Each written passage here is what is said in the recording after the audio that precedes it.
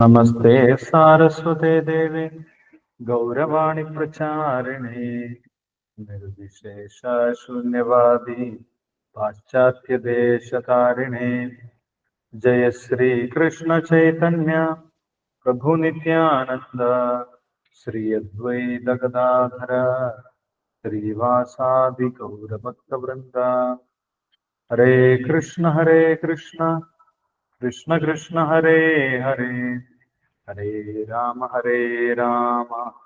രാമ രാമ ഹരേ ഹരേ. ഓം നമോ ഭഗവതേ വാസുദേവായ, ഓം നമോ ഭഗവതേ വാസുദേവായ, ഓം നമോ ഭഗവതേ വാസുദേവായ. ഹരേ കൃഷ്ണ. എല്ലാവർക്കും ഒരിക്കൽ കൂടി സ്വാഗതം. നമ്മളിവിടെ വായിക്കുന്നത് ശ്രീമദ് ഭഗവത്ഗീത യഥാരൂപം. ഇസ്കോൺ സ്ഥാപകാചാര്യൻ കൃഷ്ണകൃപാമൂർത്തി എ.സി. ഭക്തിവേദാന്ത സ്വാമി ശ്രീല പ്രഭുപാദർ വിവർത്തനവും ഭാവാർത്ഥവും നൽകിയിട്ടുള്ള ഭഗവത്ഗീത യഥാരൂപത്തിലെ 13-ാമത്തെ അധ്യായം, പ്രകൃതി പുരുഷൻ ക്ഷേത്രജ്ഞൻ. 13-ാമത്തെ അധ്യായമാണ് നമ്മൾ വായിക്കുന്നത്. കഴിഞ്ഞ ദിവസങ്ങളിലായിട്ട് നമ്മൾ 27-ാമത്തെ ശ്ലോകം വരെ വായിച്ചിട്ടുണ്ടായിരുന്നു.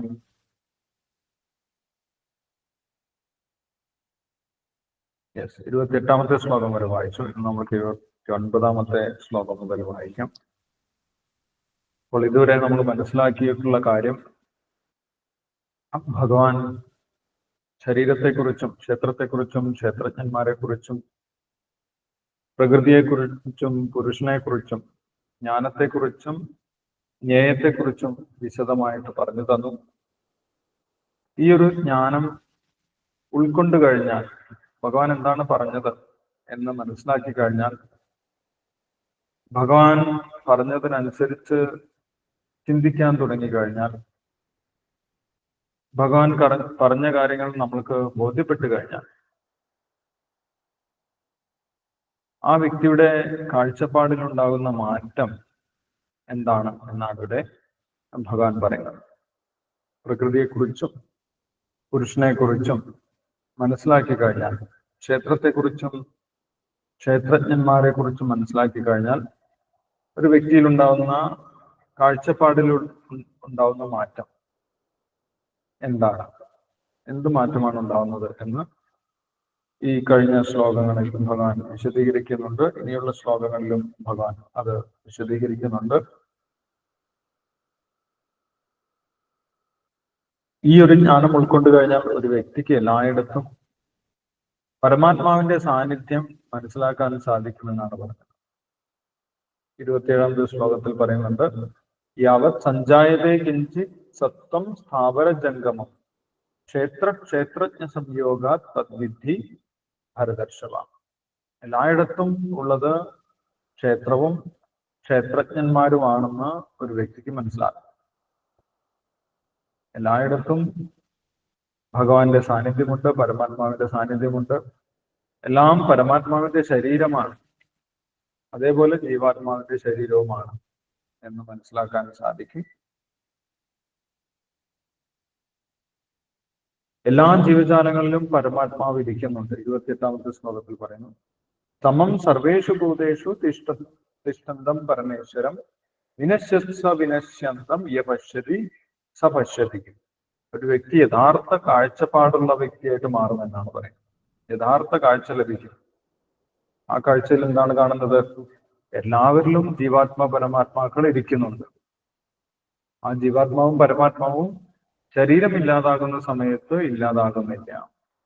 അവരെല്ലാ കാലത്തും നിലനിൽക്കുന്നതാണ്. ഇങ്ങനെ കാണുന്ന ഒരു വ്യക്തിയാണ് യഥാർത്ഥ കാഴ്ചയുള്ളവൻ എന്ന് ഭഗവാൻ പറഞ്ഞു. 28-ാമത്തെ ശ്ലോകത്തിൽ ഇതാണ് പറയുന്നത്. വിനശ്യന്തം യ പശ്യതി സ പശ്യതി. അപ്പോൾ അങ്ങനെ കാഴ്ചപ്പാട് മാറിക്കഴിഞ്ഞാൽ എന്താണ് നമ്മൾക്ക് നേട്ടം? അതിന്റെ പ്രയോജനം എന്താണ്? അതുകൊണ്ട് എന്താണ് നമ്മൾക്ക് ലാഭം എന്നാണ് അടുത്ത ശ്ലോകത്തിൽ പറയുന്നത്. 29-ാമത്തെ ശ്ലോകത്തിൽ പറയുന്നത് നമുക്ക് വായിച്ചു നോക്കാം. 29-ാമത്തെ ശ്ലോകത്തിൽ എന്താണ് പറയുന്നത് നോക്കാം. സമം പശ്യൻ ഹി സർവത്ര സമവസ്ഥിതമീശ്വരം നഹിനസ്യാത്മനാത്മാനം തതോ യാതി പരാംഗതി. സമം പശ്യൻ ഹി സർവത്ര സമവസ്ഥിതമീശ്വരം നഹിനസ്യാത്മനാത്മാനം തതോ യാതി പരാംഗതി. വിവർത്തനം ഭാവാർത്ഥം വായിച്ചോളൂ, അതിനുശേഷം നമുക്ക് നോക്കാം. ഹേമലത മാതാജി വായിച്ചു. സമം പശ്യന്തി സർവത്ര സമാവസ്ഥിതമീശ്വരം നഹീനസ്യാത്മനാത്മാനം തതോ യാതി പരാംഗതിം. വിവർത്തനം: എവിടെയും ഏതൊരു ജീവിയിലും ഒരേവിധം കുടികൊള്ളുന്ന പരമാത്മാവിനെ ദർശിച്ചാൽ ആ മനുഷ്യൻ സന്മനസ്സുകൊണ്ട് സ്വയം അധംപതിക്കുന്നില്ല. അങ്ങനെ ഇന്ദ്രിയാതീതമായ ലക്ഷ്യത്തോടെ അയാൾ അടുക്കുന്നു. ഭാവാർത്ഥം: ആധ്യാത്മിക ജീവിതത്തിൽ തനിക്കുണ്ടായിരുന്ന സ്ഥിതിയല്ല ജീവാത്മാവിന് ഭൗതിക ജീവിതം കൈക്കൊള്ളുമ്പോൾ കിട്ടുന്നത്. എന്നാൽ ഭഗവാൻ പരമാത്മരൂപേണ ഓരോ ജീവിയുടെ ശരീരത്തിലും കുടികൊള്ളുന്നു എന്നറിഞ്ഞാൽ, അതായത് സർവഭൂതങ്ങളിലും ഈശ്വര സാന്നിധ്യം അനുഭവപ്പെട്ടാൽ ഒരാൾ നാശോന്മുഖമായ മനോഭാവം കൊണ്ട് സ്വയം അധംപതിക്കില്ല. മറിച്ച് ക്രമേണ ആത്മീയ ലോകത്തിലേക്ക് മുന്നേറും. സാധാരണ നിലയിൽ വിഷയാസക്തമാണ് മനസ്സ്. പക്ഷേ അത് പരമാത്മാവിലേക്ക് തിരിഞ്ഞാൽ മനുഷ്യന് ആധ്യാത്മിക ജ്ഞാനമാർഗത്തിൽ പുരോഗമിക്കാം. ഹരേ കൃഷ്ണ.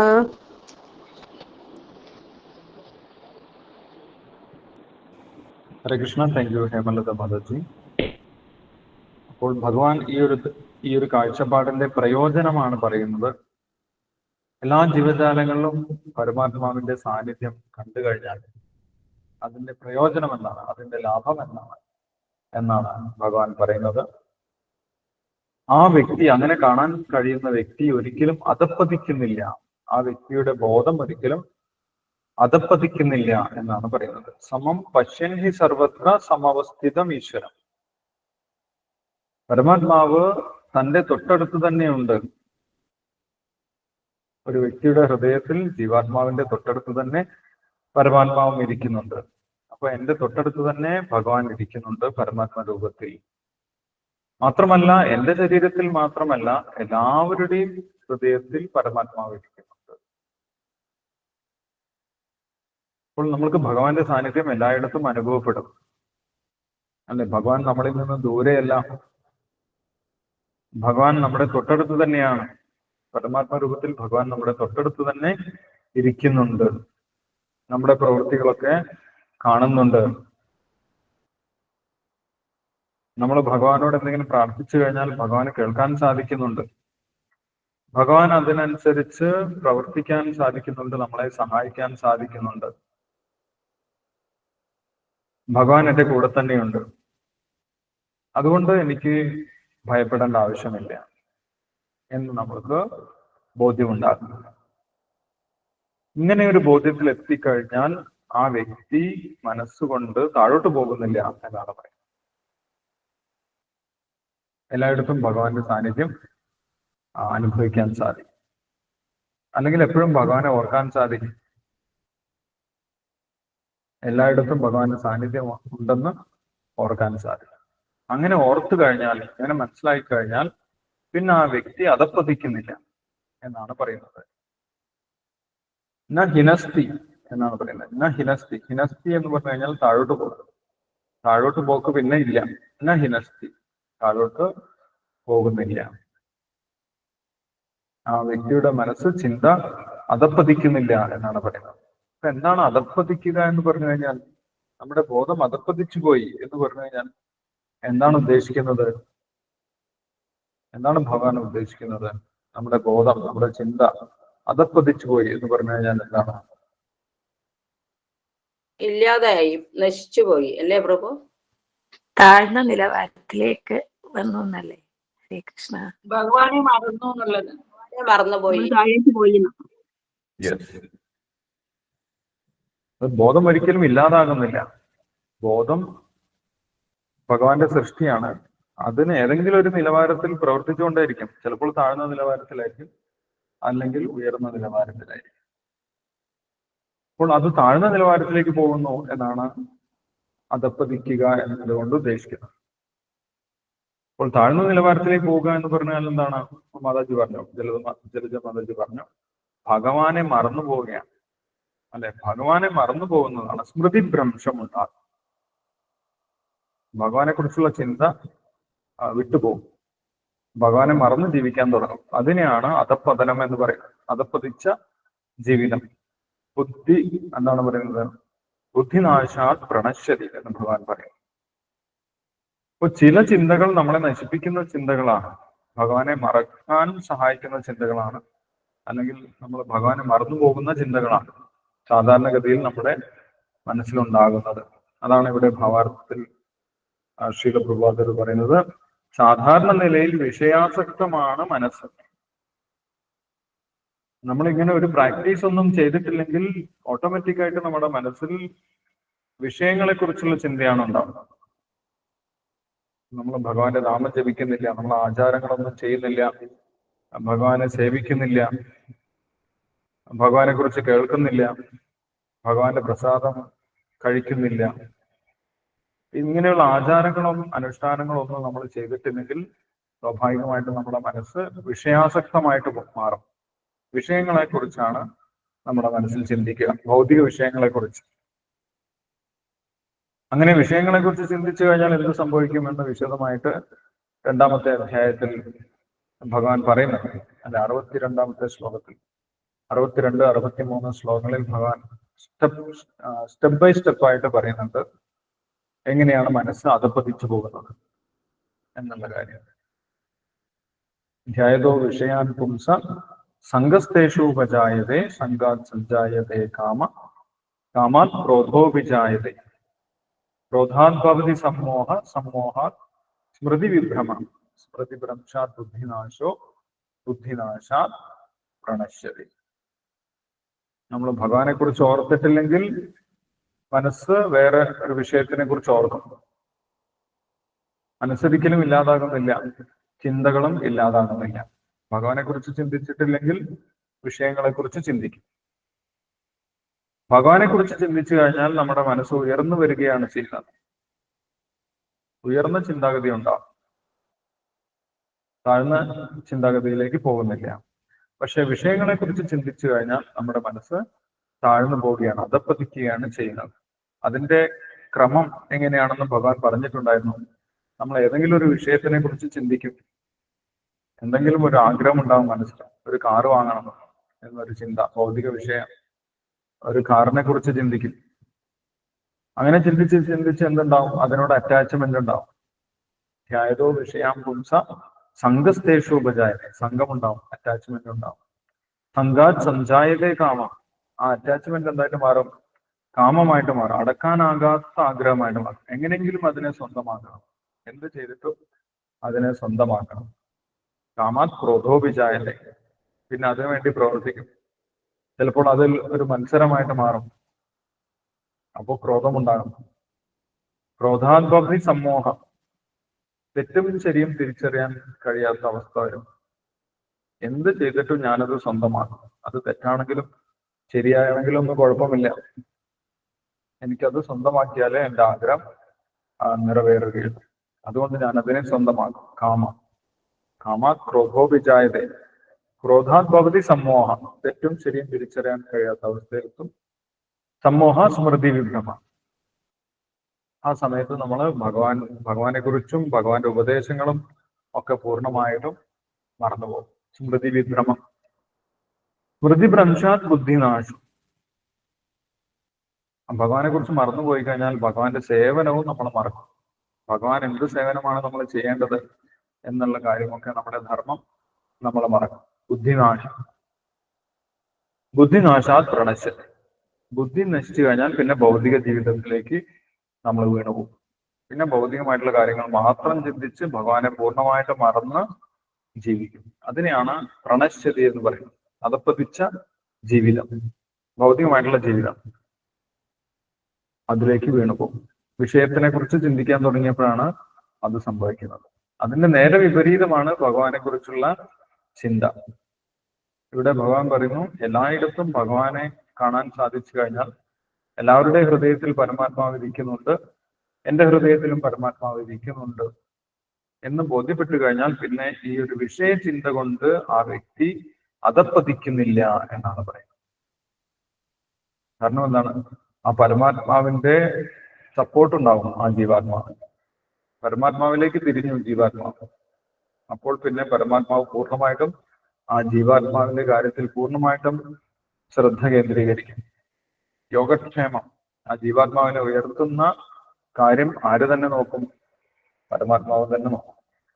പിന്നെ ആ ജീവാത്മാവിന് താഴ്ചയില്ല.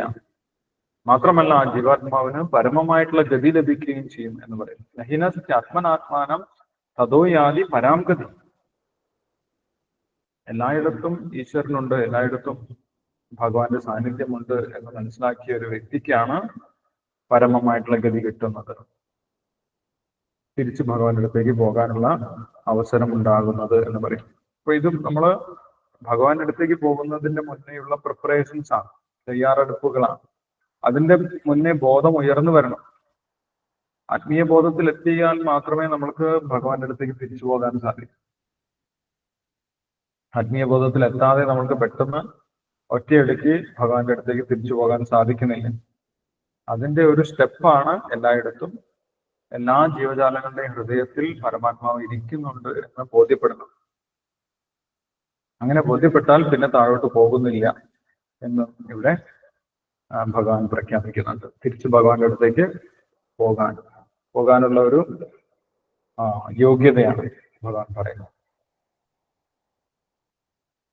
ഓക്കെ, ഇനി അടുത്ത ശ്ലോകം കൂടി നമ്മൾക്ക് വായിക്കാം. അതിനുശേഷം എന്തെങ്കിലും സംശയങ്ങൾ ഉണ്ടെങ്കിൽ ഡിസ്കസ് ചെയ്യാം.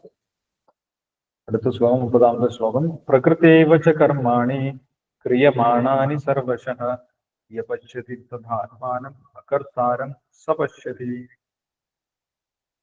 ഈ ഒരു ശ്ലോകത്തിൽ പ്രകൃതിയെക്കുറിച്ചും പുരുഷനെ കുറിച്ചുമാണ്, പ്രകൃതിയെക്കുറിച്ചും ജീവാത്മാവിനെ കുറിച്ചുമാണ് പറയുന്നത്.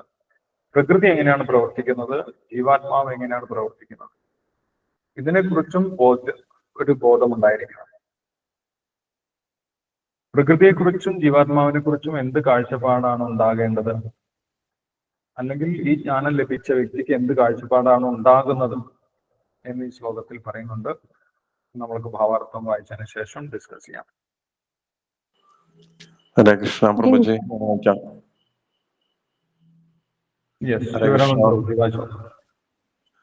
ഓം നമോ ഭഗവതേ വാസുദേവായ. ഓം നമോ ഭഗവതേ വാസുദേവായ. ഓം നമോ ഭഗവതേ വാസുദേവായ.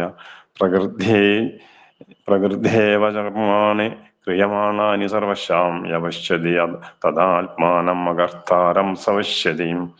ഭൗതിക പ്രകൃതി സൃഷ്ടമായ ശരീരമാണ് എല്ലാ പ്രവർത്തനങ്ങളും ചെയ്യുന്നതെന്നും ആത്മാവ് ഒന്നും ചെയ്യുന്നില്ലെന്നും അറിയുന്നവനത്രേ യഥാർത്ഥത്തിൽ ദർശിക്കുന്നവൻ. ഭാവാർത്ഥം. പരമാത്മാവിന്റെ നിർദ്ദേശപ്രകാരം ഭൗതിക പ്രകൃതി നിർമ്മിച്ചതാണ് ശരീരം. അതിനെ സംബന്ധിച്ച പ്രവർത്തനങ്ങളൊന്നും ആരുടെയും വരുതിയിലല്ലതാനും. ഒരാൾ ചെയ്യുന്നതെന്തും അത് സുഖത്തിനായാലും ദുഃഖത്തിനായാലും ശരി ചെയ്യാൻ ശരീരഘടന അയാളെ നിർബന്ധിക്കുകയാണ്.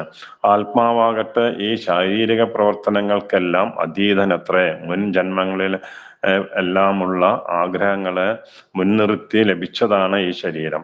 ആഗ്രഹങ്ങൾ നിറവേറ്റാൻ വേണ്ടി ശരീരം നൽകപ്പെട്ടിരിക്കുന്നു. മനുഷ്യൻ ആ ശരീരം കൊണ്ട് തദനുസൃതമായി പ്രവർത്തിക്കുകയും ചെയ്യുന്നു. പ്രായോഗികമായി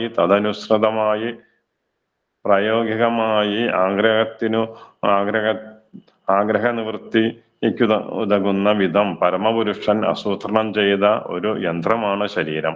ആഗ്രഹങ്ങൾ കാരണമാണ് ദുഃഖിക്കാനോ സുഖിക്കാനോ ഇടവരുന്നത്. മനുഷ്യനെ ദുർഘടസ്ഥിതികളെ നേരിടേണ്ടി വരുന്നതും അതുകൊണ്ട് തന്നെ. ജീവസത്തയെക്കുറിച്ച് ഇങ്ങനെ ഒരാധ്യാത്മിക ദർശനം വളർത്തിയെടുക്കുന്നവർ ശാരീരിക പ്രവർത്തനങ്ങളിൽ നിസ്സംഗതരായിത്തീരും. ആ വിധമൊരു കാഴ്ചപ്പാടുള്ളവർ യഥാർത്ഥമായി കാണുന്നു. ഹരേ കൃഷ്ണ. ഹരേ കൃഷ്ണ പ്രഭുജി. ഹരേ കൃഷ്ണ. Thank U Sivaraman പ്രഭുജി. ഹരേ കൃഷ്ണ. ഈ ശ്ലോകത്തിൽ കഴിഞ്ഞ ശ്ലോകങ്ങളിൽ പറഞ്ഞത് എല്ലാ ശരീരങ്ങളിലും പരമാത്മാവ് ഇരിക്കുന്നുണ്ട്. നമ്മുടെ ശരീരത്തിലും ഇരിക്കുന്നുണ്ട്, എല്ലാ ജീവജാലങ്ങളുടെയും ഹൃദയത്തിലും പരമാത്മാവ് ഇരിക്കുന്നുണ്ട്. അങ്ങനെ ഒരു ദർശനമുള്ളവൻ യഥാർത്ഥത്തിൽ കാഴ്ചയുള്ളവനാണ് എന്ന് ഭഗവാൻ പറഞ്ഞു. അത് പരമാത്മാ ദർശനത്തിനെ കുറിച്ചാണ് ഭഗവാൻ പറയുന്നത്. ഇവിടെ ഈ ശ്ലോകത്തിൽ ആത്മീയ ദർശനത്തിൽ എത്തിയ വ്യക്തി ശരീരത്തെയും ജീവാത്മാവിനെയും എങ്ങനെയാണ് മനസ്സിലാക്കുന്നത്, എങ്ങനെയാണ് നോക്കിക്കാണുന്നത്, ശരീരത്തോട് എന്ത് കാഴ്ചപ്പാടാണുള്ളത്, ആത്മാവിനോട് എന്ത് കാഴ്ചപ്പാടാണുള്ളത്, അതാണ് ഇവിടെ പറയുന്നത്. പ്രകൃതിവച്ച കർമാണി ക്രിയമാണാനി സർവശഃ യ പശ്യതി തദാത്മാനം അകർത്താരം സ പശ്യതി. സാധാരണഗതിയിൽ നമ്മൾ വിചാരിക്കുന്നത് ഈ ശരീരം ചെയ്യുന്ന പ്രവൃത്തിയൊക്കെ എൻ്റെ പ്രവൃത്തിയാണ് എന്നാണ്, അല്ലെ? നമ്മൾ ഉറങ്ങിക്കഴിഞ്ഞാൽ, ഈ ശരീരം ഉറങ്ങിക്കഴിഞ്ഞാൽ നമ്മൾ പറയും ഞാൻ ഉറങ്ങി. ശരീരം ഉണർന്നു കഴിഞ്ഞാൽ നമ്മൾ പറയും ഞാൻ ഉണർന്നു. ശരീരം ഭക്ഷണം സ്വീകരിച്ചു കഴിഞ്ഞാൽ നമ്മൾ പറയും ഞാൻ ഭക്ഷണം സ്വീകരിച്ചു. ശരീരം വിസർജനം നടത്തി കഴിഞ്ഞാൽ നമ്മൾ പറയും ഞാൻ വിസർജനം നടത്തി, അല്ലെ? അപ്പം ശരീരത്തിന്റെ പ്രവർത്തനങ്ങളൊക്കെ നമ്മൾ നമ്മുടെ പ്രവർത്തനമായിട്ടാണ് ഭൗതിക നിലവാരത്തിൽ മനസ്സിലാക്കുന്നത്. പക്ഷെ ആത്മീയ നിലവാരത്തിൽ എത്തിയ വ്യക്തി ഇത് രണ്ടും രണ്ടാണ് എന്ന് മനസ്സിലാക്കണം. ശരീരത്തിന്റെ പ്രവർത്തനമല്ല ആത്മാവിന്റെ പ്രവർത്തനം. ശരീരത്തിന്റെ പ്രവർത്തനം വേറെയാണ്, ആത്മാവിന്റെ പ്രവർത്തനം വേറെയാണ് എന്ന് മനസ്സിലാക്കാൻ സാധിക്കുമെന്നാണ് പറയുന്നത്. അപ്പൊ ഈ ഭൗതിക ലോകത്തിൽ പ്രവർത്തിക്കുന്നതൊക്കെ ഭൗതികമായിട്ടുള്ള പ്രവർത്തനമാണ്, അത് ശരീരത്തിന്റെ പ്രവർത്തനമാണ് എന്നാണ് പറയുന്നത്, അല്ലെ? ഞാൻ ഉറങ്ങി എന്ന് പറഞ്ഞു കഴിഞ്ഞാൽ യഥാർത്ഥത്തിൽ ഉറങ്ങുന്നത് ആരാണ്? ശരീരമാണ് ഉറങ്ങുന്നത്, ജീവാത്മാവ് ഒരിക്കലും ഉറങ്ങുന്നത്. ഉണർന്നു എന്ന് പറയുന്നത് ആരാണ് ഉണർന്നത്? ശരീരമാണ് ഉണർന്നത്. ജീവാത്മാവ് എപ്പോഴും ഉണർന്നു തന്നെയാണ് ഇരിക്കുന്നത്. അപ്പോൾ ഈ ഉറക്കവും ഉണർച്ചയും ജീവാത്മാവിനെ ബാധിക്കുന്നില്ല. അകർത്താരം സപശ്യതി. ജീവാത്മാവ് അങ്ങനെ തന്നെ ഇരിക്കുക. ജീവാത്മാവ് സച്ചിദാനന്ദ രൂപനാണ്. ശരീരം അങ്ങനെയല്ല. ശരീരം ഭൗതികമാണ്, അതൊരു മെഷീനെ പോലെയാണെന്നാണ് പറയുന്നത്. ശരീരം ഒരു യന്ത്രമാണ്. ജീവൻ ഏത് തരത്തിലുള്ള യന്ത്രത്തിലാണോ കയറിയത് ആ യന്ത്രത്തിനനുസരിച്ച് പ്രവർത്തിക്കാൻ തുടങ്ങും. യന്ത്രം പ്രവർത്തിക്കാൻ തുടങ്ങും. ജീവാത്മാവല്ല പ്രവർത്തിക്കുന്നത്, ജീവാത്മാവിന്റെ ഊർജം ഉപയോഗിച്ച് യന്ത്രം പ്രവർത്തിക്കും. ആ ശരീരം പ്രവർത്തിക്കുകയാണ് ചെയ്യുന്നത്. ഓരോ ശരീരം ഓരോ തരത്തിലുള്ള യന്ത്രം പോലെയാണ് എന്നാണ് പറയുന്നത്. അല്ല, വ്യത്യസ്തമായിട്ടുള്ള ശരീരങ്ങൾ നമ്മൾ കാണുന്നുണ്ട്. പക്ഷികളുടെ ശരീരം, അതേപോലെ ഇഴജന്തുക്കളുടെ ശരീരം, കൃമിയുടെ ശരീരം, പട്ടിയുടെ ശരീരം, പൂച്ചയുടെ ശരീരം, പന്നിയുടെ ശരീരം, കടുവയുടെ ശരീരം, തവളയുടെ ശരീരം, ഇങ്ങനെ വ്യത്യസ്തമായിട്ടുള്ള ശരീരങ്ങളാണ്. അതിലൊക്കെ ഒരേപോലെയുള്ള ജീവാത്മാവ് പ്രവേശിച്ചാലും ആ ശരീരം പ്രവർത്തിക്കുന്നത് വ്യത്യസ്തമായിട്ടുള്ള രീതിയിലായിരിക്കും. ഒരേ ജീവാത്മാവാണ് പ്രവേശിക്കുന്നത്, പക്ഷേ ആ ശരീരത്തിന്റെ പ്രവർത്തനം വ്യത്യസ്തമായിരിക്കും. ശരീരത്തിനനുസരിച്ചിട്ടാണ് പിന്നീട് പ്രവർത്തനം നടക്കുന്നത്. ഒരു നായയുടെ ശരീരത്തിൽ ജീവാത്മാവ് കയറിക്കഴിഞ്ഞാൽ പിന്നെ ആ നായയുടെ സ്വഭാവമാണ് കാണിക്കുക. ജീവാത്മാവല്ല കാണിക്കുന്നത്. ആ ശരീരം ആക്റ്റീവാകും, ശരീരം പ്രവർത്തിക്കാൻ തുടങ്ങും, കുറയ്ക്കാൻ തുടങ്ങും. അതൊരിക്കലും ജീവാത്മാവിന്റെ പ്രവർത്തനമല്ല, അതാ ശരീരത്തിന്റെ പ്രവർത്തനമാണ്. ഏതുപോലെ നമ്മൾക്ക് വേറൊരു ഉദാഹരണം പറഞ്ഞു കഴിഞ്ഞാൽ മനസ്സിലാവും. ഇലക്ട്രിസിറ്റി വ്യത്യസ്തമായിട്ടുള്ള ഉപകരണങ്ങളിലൂടെ കടന്നു പോകുന്നത്. ഓരോ ഉപകരണത്തിലും കടക്കുമ്പോൾ ആ ഉപകരണം പ്രവർത്തിക്കാൻ തുടങ്ങി. ഓരോ ഉപകരണത്തിന്റെയും പ്രവർത്തനം വ്യത്യസ്തമാണ്, അല്ലെ? ഫാനിലാണ് ഇലക്ട്രിസിറ്റി കയറുന്നതെങ്കിൽ ഫാൻ കറങ്ങാൻ തുടങ്ങും. അപ്പൊ കറങ്ങുക എന്നുള്ളത് ആരുടെ സ്വഭാവമാണ്? ഫാനിന്റെ സ്വഭാവമാണ്, അല്ലാതെ ഇലക്ട്രിസിറ്റിയുടെ സ്വഭാവമല്ല. ഇലക്ട്രിസിറ്റിയുടെ സ്വഭാവം കറങ്ങുക എന്നുള്ളതല്ല. അതാരുടെ സ്വഭാവമാണ്? ഫാനിന്റെ സ്വഭാവമാണ്, ആ മെഷീന്റെ സ്വഭാവമാണ്. ഇലക്ട്രിസിറ്റി ഒരു ബൾബിലൂടെ കടന്നു പോയി കഴിഞ്ഞാൽ പ്രകാശം ഉണ്ടാകും. അപ്പൊ പ്രകാശം ഉണ്ടാകുക എന്നുള്ളത് ആരുടെ സ്വഭാവമാണ്? ബൾബിന്റെ സ്വഭാവമാണ്, ഇലക്ട്രിസിറ്റിയുടെ സ്വഭാവമല്ല. ഫ്രിഡ്ജിലേക്ക് കയറി കഴിഞ്ഞാൽ തണുപ്പുണ്ടാകും. തണുപ്പുണ്ടാവുക എന്ന് പറയുന്നത് ഫ്രിഡ്ജിന്റെ സ്വഭാവമാണ്, ഇലക്ട്രിസിറ്റിയുടെ സ്വഭാവമല്ല. ഒരു അയൺ ബോക്സിലേക്ക് കയറി കഴിഞ്ഞാൽ ചൂടുണ്ടാകും. ചൂടുണ്ടാവുക എന്ന് പറഞ്ഞു കഴിഞ്ഞാൽ അയൺ ബോക്സിന്റെ സ്വഭാവമാണ്. പക്ഷെ അതിന് ഉള്ള ഊർജം എവിടെ നിന്നാണ് എടുക്കുന്നത്? ഇലക്ട്രിസിറ്റിയിൽ നിന്നാണ് എടുക്കുന്നത്. പക്ഷെ അത് കാണിക്കുന്ന, പുറത്തേക്ക് കാണിക്കുന്ന സ്വഭാവം ആരുടെ സ്വഭാവമാണ്? ഇലക്ട്രിസിറ്റിയുടെ സ്വഭാവമല്ല, ആ ഉപകരണത്തിന്റെ സ്വഭാവമാണ്. ഇതുപോലെ തന്നെയാണ് ഒരു ശരീരത്തിൽ ജീവാത്മാവ് കയറുമ്പോഴും സംഭവിക്കുന്നത്. ജീവാത്മാവ് ഒരു ശരീരത്തിൽ കയറി കഴിഞ്ഞാൽ ആ ജീവാത്മാവിന്റെ ഊർജം ഉപയോഗിച്ച് ആ ശരീരം പ്രവർത്തിക്കാൻ തുടങ്ങും. ജീവാത്മാവിൽ നിന്ന് ഊർജം സ്വീകരിക്കും. പക്ഷെ പ്രവർത്തനം ആരുടെ പ്രവർത്തനമായിരിക്കും? ശരീരത്തിന്റെ പ്രവർത്തനമാണ്. അത് ജീവാത്മാവിന്റെ പ്രവർത്തനമല്ല. ഒരു നായയുടെ ശരീരത്തിൽ ജീവാത്മാവ് കയറിയാൽ ആ നായ ശരീരം പ്രവർത്തിക്കാൻ തുടങ്ങും. മനുഷ്യ ശരീരത്തിൽ കയറി കഴിഞ്ഞാൽ മനുഷ്യ ശരീരം പ്രവർത്തിക്കാൻ തുടങ്ങും. ഒരു വിത്തിലാണ് ജീവാത്മാവ് കയറുന്നതെങ്കിൽ ആ വിത്ത് പ്രവർത്തിക്കാൻ തുടങ്ങും, വിത്ത് മുളയ്ക്കാൻ തുടങ്ങും. അതിൽ വേരുണ്ടാകും, ഇലയുണ്ടാകും, കായ്കളൊക്കെ ഉണ്ടാകും. അത് ജീവാത്മാവിന്റെ പ്രവർത്തനമല്ല, അത് ആ വിത്തിന്റെ ശരീരത്തിന്റെ പ്രവർത്തനമാണ്. അപ്പൊ ഇത് രണ്ടും രണ്ടാണ് എന്ന് ആത്മീയമായിട്ട് കാഴ്ചയുള്ള ഒരു വ്യക്തിക്ക് മനസ്സിലാകും. അപ്പൊ ഇവിടെ പ്രവർത്തിക്കുന്നതൊക്കെ ആ ശരീരങ്ങളാണ് എന്ന് മനസ്സിലാക്കും. അതാണ് ഇവിടെ ശ്ലോകത്തിൽ ഭഗവാൻ പറയുന്നത്. പ്രകൃതിവച കർമാണി ക്രിയമാണാനി സർവശ. ഈ ഭൗതിക പ്രകൃതി സൃഷ്ടിച്ച ശരീരമാണ് പ്രവർത്തിക്കുന്നത്. ഇതെല്ലാം ശരീരത്തിന്റെ പ്രവർത്തനങ്ങളാണ്. ഉണ്ണുന്നതും ഉറങ്ങുന്നതും അല്ലെങ്കിൽ സ്വപ്നം കാണുന്നതും ശരീരത്തിൽ വ്യത്യസ്തമായിട്ടുള്ള പ്രവർത്തനങ്ങൾ നടക്കുന്നതും ദഹനം നടക്കുന്നതും ശ്വാസമെടുക്കുന്നതും ഇതെല്ലാം ശരീരത്തിന്റെ പ്രവർത്തനങ്ങളാണ്. ഇത് ജീവാത്മാവിന്റെ സ്വഭാവമല്ല. ജീവാത്മാവ് ഒന്നും ചെയ്യാതെ ഇരിക്കുകയാണ് ചെയ്യുന്നത്. യപശ്യതി തദാത്മാനം അകർത്താരം സപശ്യതി. ജീവാത്മാവ് അവിടെ ഒന്നും ചെയ്യാതിരിക്കുകയാണ് ചെയ്യുന്നത്. പക്ഷെ ജീവാത്മാവിൽ നിന്ന് ഊർജം സ്വീകരിച്ച് ശരീരം പ്രവർത്തിക്കുകയാണ് ചെയ്യുന്നത്. ജീവാത്മാവ് ശരീരത്തിൽ നിന്ന് പോയി കഴിഞ്ഞാൽ പിന്നെ ഊർജം ഇല്ല, കറണ്ട് പോയത് കാര്യം. അപ്പം ഈ പ്രവർത്തനങ്ങളൊന്നും, ശരീരത്തിന്റെ പ്രവർത്തനങ്ങളൊന്നും ജീവാത്മാവിനെ ബാധിക്കുന്നില്ല. ശരീരം പ്രവർത്തിച്ചാലും പ്രവർത്തിച്ചില്ലെങ്കിലും, ശരീരം കേടുവന്നാലും അതൊന്നും ജീവാത്മാവിനെ ബാധിക്കുന്നില്ല എന്നുള്ളതാണ് യഥാർത്ഥ കാഴ്ച. ആ കാഴ്ചയിൽ എത്തിക്കഴിഞ്ഞാൽ പിന്നെ ശരീരത്തിന്റെ പ്രവർത്തനങ്ങളിൽ എന്തെങ്കിലും കുഴപ്പമുണ്ടായി കഴിഞ്ഞാലും അത് ആ ജീവാത്മാവിനെ ബാധിക്കുന്നില്ല എന്നാണ് പറയുന്നത്. ഇതെന്റെ പ്രവർത്തനമല്ല, ഇത് ശരീരത്തിന്റെ പ്രവർത്തനമാണെന്ന് തിരിച്ചറിയാൻ ആ ജീവാത്മാവിന് സാധിക്കും. അതാണ് യഥാർത്ഥ കാഴ്ച എന്നിവിടെ ഭഗവാൻ പറയുന്നത്. യപശ്യതി തഥാത്മാനം അകർത്താരം സപശ്യതി. ഇതാണ് യഥാർത്ഥ കാഴ്ച എന്നാണ് പറയുന്നത്. ജീവന്റെ പ്രവർത്തനവും ശരീരത്തിന്റെ പ്രവർത്തനം ഒരേപോലെയല്ല. ജീവന്റെ സഹായത്തോടുകൂടി ശരീരം പ്രവർത്തിക്കുകയാണ് ചെയ്യുന്നത് എന്ന് വേർതിരിച്ചറിയാൻ സാധിക്കും. അല്ലെങ്കിൽ നമ്മൾ എങ്ങനെയാണ് വിചാരിക്കുക? ശരീരത്തിന്റെ പ്രവർത്തനമൊക്കെ എന്റെ പ്രവർത്തനമായിട്ട് വിചാരിക്കും അല്ലേ? എന്നിട്ട് ശരീരം ചെയ്യുന്ന മിസ്റ്റേക്കുകളൊക്കെ എന്റെ മിസ്റ്റേക്കാണെന്ന് വിചാരിക്കും. ഓ ഞാൻ ഇങ്ങനെയാണെന്ന് വിചാരിക്കും.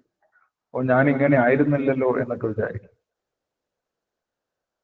എനിക്ക് വയസ്സായി, എൻ്റെ മുഖത്തിൽ എൻ്റെ മുടി വെളുത്തുപോയി, മുഖത്ത് ചുളിവുകൾ വീണു, ഇതൊക്കെ എനിക്കാണ് സംഭവിക്കുന്നതെന്ന് വിചാരിക്കുന്നത്. യഥാർത്ഥത്തിൽ എനിക്കല്ല സംഭവിക്കുന്നത്, എൻ്റെ ശരീരത്തിനാണ് സംഭവിക്കുന്നത്. എൻ്റെ ശരീരത്തിനാണ് സംഭവിക്കുന്നതെന്ന് വേർതിരിച്ചറിയാൻ സാധിക്കും. അത് നമുക്ക് വലിയ സമാധാനം തരും. കാരണം എന്താണ്? ഇതെന്നെ ബാധിക്കുന്നില്ല എന്ന് നമുക്ക് മനസ്സിലാവും. ശരീരത്തിന് എന്തൊക്കെ സംഭവിച്ചാലും അത് യഥാർത്ഥത്തിൽ എന്നെ ബാധിക്കുന്നതല്ല. ഒരു വസ്തുവിനും ഈ ജീവാത്മാവിനെ നശിപ്പിക്കാൻ സാധിക്കുകയില്ല എന്നും ഭഗവാൻ നേരത്തെ തന്നെ പറഞ്ഞിട്ടുണ്ട് അല്ലെ? അച്ഛേദ്യോയം അദാഹ്യോയം അക്ലേദ്യോ ശോഷ്യേവച നിത്യ സർവഗതസ്ഥാണു അചലോയം സനാതന. ഇത് അചലോയമാണ്, മാറ്റമില്ലാത്തതാണ് ജീവാത്മാവ്. ശരീരത്തിന് മാത്രമേ മാറ്റം ഉണ്ടാകുന്നുള്ളൂ, ജീവാത്മാവിന് ഒരു മാറ്റം ഉണ്ടാകുന്നില്ല എന്ന് വ്യക്തമായിട്ട് ഈ ജീവാത്മാവിന് തിരിച്ചറിയാൻ സാധിക്കും. ഇതാണ് യഥാർത്ഥ കാഴ്ച എന്ന് ഭഗവാൻ പറയുന്നു. ഓക്കെ. ഈ 2 ശ്ലോകങ്ങൾ നമ്മൾ വായിച്ചു. അതിൽ എന്തൊക്കെയാണ് മനസ്സിലായത് എന്നൊന്ന് പറഞ്ഞു കഴിഞ്ഞാൽ നമുക്ക് അതിലെന്തെങ്കിലും സംശയങ്ങളുണ്ടെങ്കിൽ ഡിസ്കസ് ചെയ്യാൻ സാധിക്കും. ഈ 2 ശ്ലോകത്തിൽ നിന്ന് എന്താണ് മനസ്സിലായത്? 29ാമത്തെ ശ്ലോകം, സമം പശ്യൻ ഹി സർവത്ര സമവസ്ഥിതമീശ്വരം നഹിനസ്ത്യാത്മനാത്മാനം തതോ യാതി പരാമഗതി. 29ാമത്തെ ശ്ലോകത്തിൽ നിന്ന് എന്താണ് മനസ്സിലായത്? കാഴ്ചപ്പാടിന്റെ പ്രയോജനത്തെയാണ് പറഞ്ഞത്.